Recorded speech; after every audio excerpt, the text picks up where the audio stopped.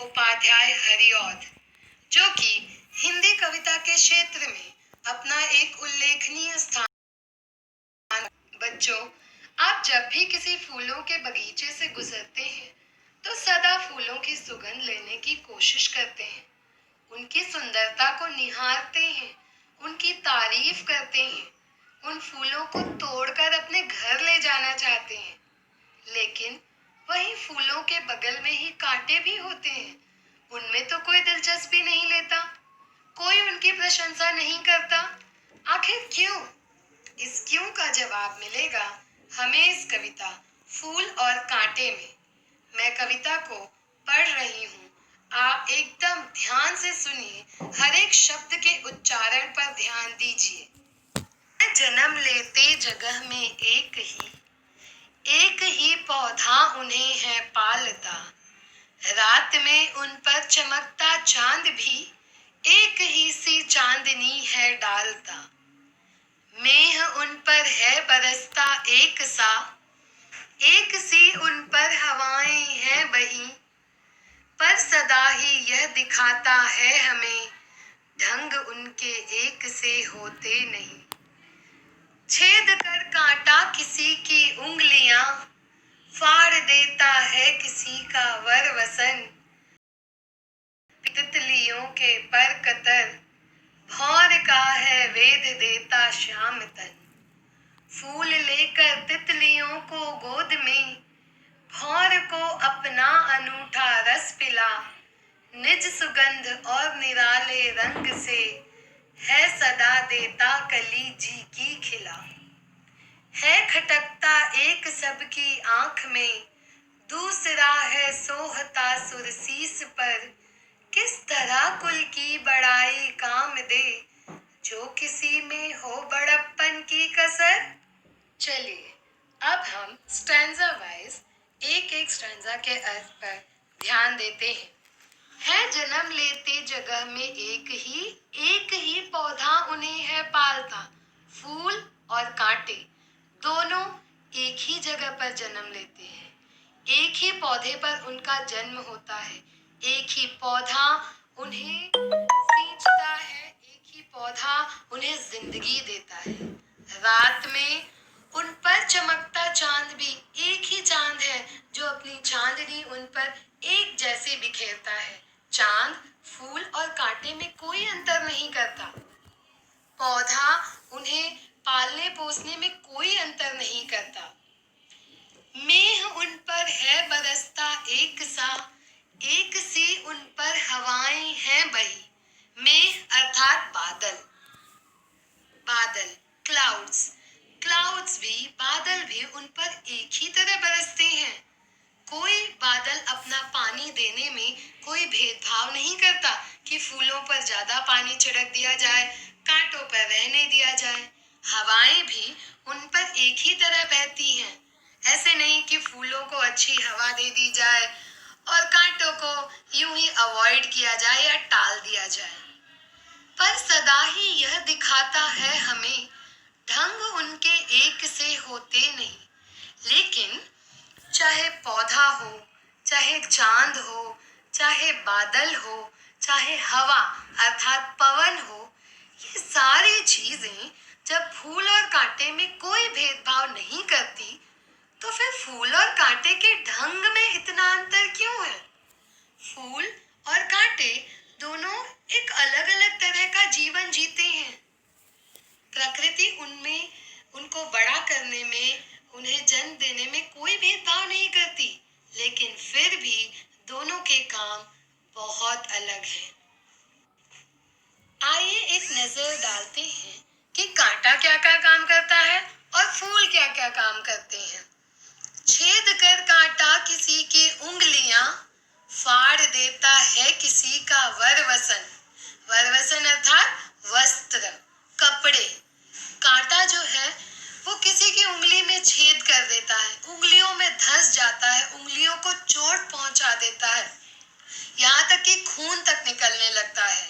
कोई अगर दुपट्टा या कोई कपड़ा कांटे में फंस जाता है तो वो तुरंत उसे फाड़ देता है। प्यार डूबी तितलियों के पर कतर, पर अर्थात पंख, तितलियां प्यार में डूबकर उस कांटे के पास जाती हैं, उन तितलियों के परों में भी छेद कर देता है, परों को नुकसान पहुंचाता है, उन पंखों को काट देता है। तितलियां दुखी हो जाती हैं। भौर, भौरा, भौर का है वेद देता श्याम तन, श्याम अर्थात काला, भौरा काला होता है। तन, शरीर, वह काले भौरे का भी शरीर वेद देता है, यानी उसमें भी वो चुभ जाता है। ये अर्थात कांटे के सारे काम नकारात्मक है। कभी किसी की उंगलियों में छेद कर देना, कभी किसी के वस्त्र फाड़ देना, तितलियों के पर कतर देना, भौरों के शरीर में चुभ कर उन्हें दर्द देना, इस तरह के काम कांटा करता है, इसीलिए उसे कोई पसंद नहीं करता। दूसरी तरफ फूलों का कार्य देखिए। फूल लेकर तितलियों को गोद में, भौर को अपना अनूठा रस पिला, निज सुगंध और निराले रंग से है सदा देता कली जी की खिला। फूल तो तितलियों को अपनी गोद में लेकर उन्हें प्यार देता है। ऐसा लगता है कि वो अपनी गोद में उन्हें झुला रहा है। भौरे को अपना अनूठा रस देता है। फूलों का जो रस तितलियों और भौरों को बहुत अच्छा लगता है, इसलिए जैसे ही वो फूल के पास जाते हैं, फूल उनसे बहुत प्यार दिखाता है। निज, निज यानी अपनी, सुगंध, औ, यहाँ पे औ दिया है जो और का शॉर्ट फॉर्म है। औ मतलब और, एंड। फूल जो है वो अपनी प्यारी सी सुगंध और अपने निराले अनोखे रंग से है सदा देता कली जी की खिला। जी की कली खिलना, ये एक मुहावरा है, यानी सबको खुश कर देना। फूल अपनी सुगंध और सुंदर रंग से सभी के मन को खुश कर देता है। बगीचे में जाते ही सभी लोग फूलों की सुगंध से खुश हो जाते हैं, उनके रंग से उनकी ओर आकर्षित हो जाते हैं और मुंह से तारीफ किए बिना नहीं रहती। तो इस तरह फूलों के सभी काम सकारात्मक है, उसके कर्म महान है। वो दूसरों की सदा मदद करता है, दूसरों को सुख देता है। वहीं आपने देखा कांटा सभी को दुख पहुंचाने के अलावा कुछ नहीं करता। तो आइए देखें कि इन दोनों के इस तरह के कर्मों से उन्हें उसका क्या परिणाम मिलता है खटकता एक सबकी आंख में, दूसरा है सोहता सुर शीस पर। देखो, इस तरह के कामों के कारण ही, बुरे कर्मों के कारण ही कांटा सभी की आंखों में खटकता है। आंखों में खटकना यानी बुरा लगना। तो कांटा सभी की आंख में खटकता है, सभी को बुरा लगता है, कोई उसे प्यार नहीं करता। वहीं दूसरी तरफ अपने सकारात्मक कामों की वजह से, अपने पॉजिटिव डीड्स की वजह से दूसरा है सोहता सुर शीस पर। शीस यानी सिर, यानी ये जो फूल है वो लोगों के शीस पर सोता है, यानी सभी को अच्छा लगता है। फूल जो है वो सभी को पसंद आता है, सभी लोग उसकी बड़ाई करते हैं, सभी लोग उसके बड़प्पन की महिमा गाते हैं। तो आखिर एक जैसी परवरिश के बाद भी लोग फूल को इतना पसंद करते हैं और कांटों को इतना बुरा भला कहते हैं। आखिर क्यों? क्योंकि किस तरह कुल की बड़ाई काम दे जो किसी में हो बड़प्पन की कसर। कुल यानी खानदान, खानदान यानी आपके एंसेस्टर्स से चला आ रहा आपका जो परिवार है, आपके पूर्वजों से चला आ रहा जो आपका परिवार है, वो बड़ाई कोई काम नहीं आएगी। यानी अगर आप बहुत अमीर खानदान में, बहुत ही इन्फ्लुएंशियल फैमिली में जन्म लेते हैं, लेकिन उस फैमिली की बड़ाई आपके किसी काम नहीं आएगी।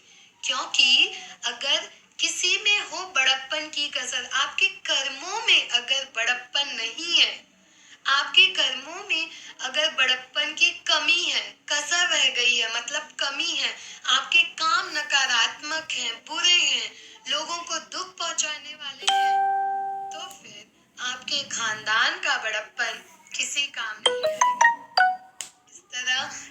अयोध्या सिंह उपाध्याय हरिऔध जी कहते हैं कि मनुष्य अगर विशिष्ट कुल में जन्म लेता है, बहुत बड़े खानदान में जन्म लेता है, लेकिन जन्म लेने से वो बड़ा नहीं बनेगा, कभी नहीं बनेगा।